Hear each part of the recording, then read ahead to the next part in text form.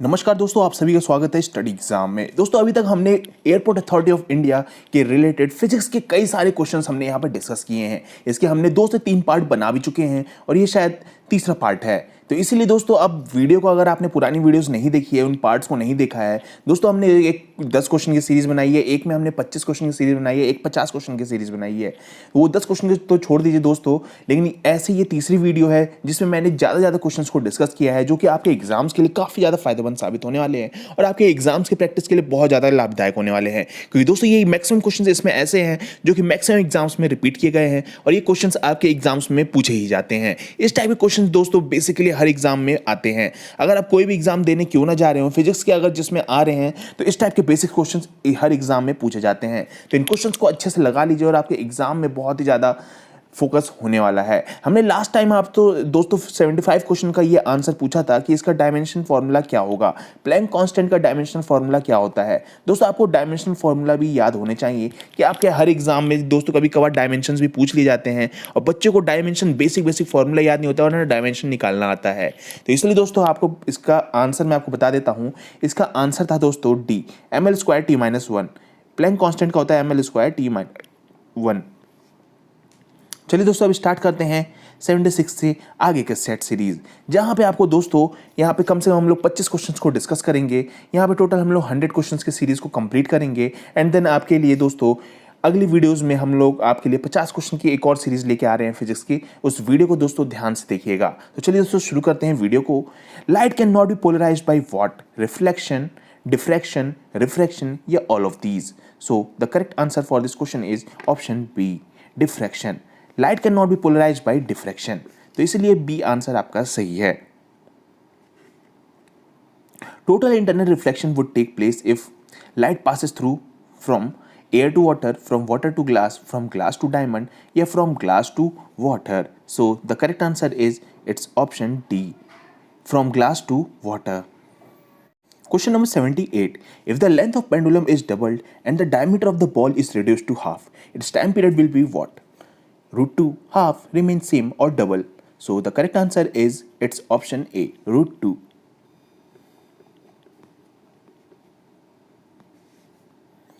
Question number 79. A particle is thrown upward at a speed of 39.2 meter per second. Calculate the time for maximum height.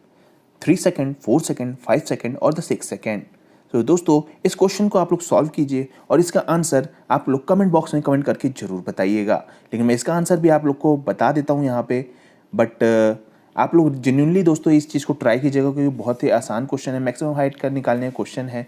तो इसको दोस्तों यहाँ पे आपको कितना आएगा वो चीज़ आप मतलब जेन्युइनली बताइए कि आपसे ये क्वेश्चन हो पाया था कि नहीं हो पाया था। कमेंट बॉक्स में आप लोग कमेंट करके जरूर बताइएगा कि आपने ये क्वेश्चन कर पाए थे कि नहीं कर पाए थे।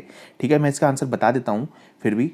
तो इसका दोस्तों सही करेक्ट आंसर है आप लोग का, इसका हो जाएगा आपका 13.2 metre per second, time for maximum height. So दोस्तों इसका करेक्ट आंसर है आपका ऑप्शन बी, 4 सेकेंड। 4 सेकेंड इसका आपका आंसर हो जाएगा। ठीक है, आगे बढ़ते हैं। Electric wires are generally coated with what? Polypropylene, B polyvinyl chloride, C polyurethane या डी पॉलीइथाइलीन। सो दोस्तों correct answer is it's option B, polyvinyl chloride. The presence of free dash in a substance makes it a conductor of electricity. Positron, proton, electron या neutron. The correct answer for this question is option number C, electron. So the presence of free electron in a substance makes it a conductor of electricity. During the fog we cannot see because of what? Reflection, internal reflection, refraction या scattered light. The correct answer is option D, it's scattered light. Not B, it's D, scattered light. Question number 83. Dash determines the speed of sound in a medium. Tone of the wave, time of the wave, properties of the medium, amplitude of the wave. The correct answer for this question is it's option C, properties of the medium. Correct answer is option C. Question number 84. When the angle between the force and displacement is 90, the work done is what? Neutral, negative, 0 or positive? The correct answer is it's option C. It's 0. 0. The work done should be 0. Question number 85. Dash is the change in velocity per unit time. Acceleration, momentum, force or inertia. The correct answer is it's acceleration. Acceleration is the change of velocity per unit time. तो दोस्तों इसका correct answer आपका ए हो गया. Next question.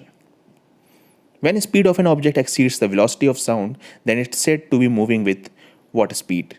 Subsonic speed, supersonic speed, ultrasonic speed, या none of these. The correct answer is option B. It's supersonic speed. 87. Ultrasound is used to detect what? In metal block, metal heat, crack and flaws, metal cap opacity, या metal heaviness. The correct answer is it's option B. It's cracks and flaws. Okay, B is the correct answer.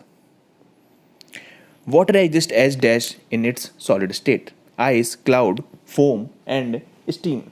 So the correct answer for this question is it's option A, ice. Water exists as a ice in its solid state. Okay.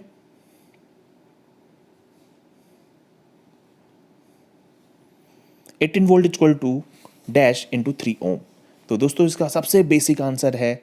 इसको तो दोस्तों आप लोग comment box में comment करके जरूर बताइएगा कि इसका मतलब क्या.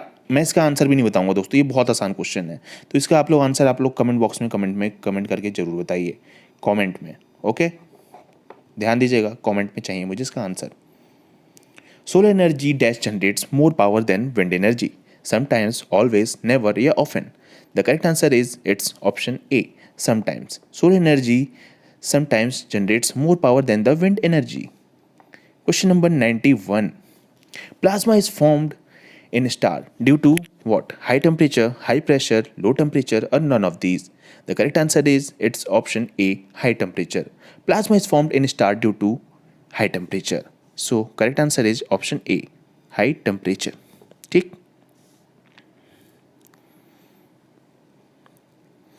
Dash waves include visible light waves, X-rays, gamma rays, radio waves, microwaves, ultraviolet and infrared waves. So correct answer for this question is option C, electromagnetic. Electromagnetic waves include visual light waves, X-rays, gamma rays, radio waves, microwaves, UV and infrared waves. Okay. Question number 93. Which of the following is not a characteristic of sound waves? Velocity, nature, wavelength or none of these. So the correct answer for this question is option B, it's nature. Okay, which of the following is not characteristic of sound waves? It's nature. Nature is not the characteristic of the sound waves. Okay, next question. Echocardiogram is used in what? By electricity, radiation, X-rays or none of these. The correct answer for this question is option B, radiation. Echocardiogram is used in radiation. Next question. Which of the following lamp has the highest energy efficiency? LED, CFL, arc lamp, या none of these. So the correct answer for this question is it's A, LED. LED is the lamp has highest energy of efficiency. Okay, so the correct answer is option A. Minimum speed required by a spacecraft to escape the gravitational pull is 6 miles per second, 7 km per second, 7 miles per second, या 10 miles per second. So the correct answer for this question is it's option C, 7 miles per second. Question number 98. 97 तो दोस्तों इसमें शायद miss था, इसीलिए 98 आ गया है, but कोई नहीं. Acceleration due to gravity is what? Acceleration due to gravity क्या होगी दोस्तों? So it's gm/r². ठीक, option number C is the correct answer. Acceleration होता है आपका due to gravity small g बराबर कैपिटल gm/r². सो इसका आपका सही आंसर है option C. Mechanical energy is equal to what? Kinetic energy plus chemical energy, kinetic plus potential energy, kinetic plus heat energy या kinetic plus electrical energy. So the correct answer for this question is it's option B, it's kinetic plus potential energy. इसीलिए दोस्तों mechanical energy आपका बराबर होता है kinetic plus potential energy के. ध्यान दीजिएगा इस चीज़ को, ये ज़्यादातर चीज़ें पूछी जाती हैं. अब दोस्तों ये आपके लिए फाइनल और लास्ट न्यूमेरिकल है. इसका आंसर मैं आपको बता ही देता हूँ, लेकिन आप लोग इसको खुद से ज़रूर ट्राई कीजिएगा, क्योंकि दोस्तों ये इस टाइप के क्वेश्चंस भी न्यूमेरिकल्स में कभी कभार बेसिक क्वेश्चन पूछे जाते हैं कि आपका दिमाग पजल हो और 1 मिनट के अंदर आप उन क्वेश्चंस को हल कर सकें. If a plane travel with the distance of 4000 metre within the work done of 2000 joule, then force बराबर क्या होगा? तो दोस्तों इसमें फोर्स निकालना है आपको, डिस्टेंस दे रखा है और यहाँ वर्क डन दे रखा है, तो आप लोग दोस्तों आप समझ सकते हैं कि इसका कैसे फोर्स निकलेगा। तो करेक्ट आंसर मैं आपको बता देता हूँ। और आपके दोस्तों इन 25 क्वेश्चंस में से कितने क्वेश्चन सही हुए हैं कमेंट बॉक्स में कमेंट करके जरूर बताइएगा। तो इसका करेक्ट आंसर है आपका 5 न्यूटन।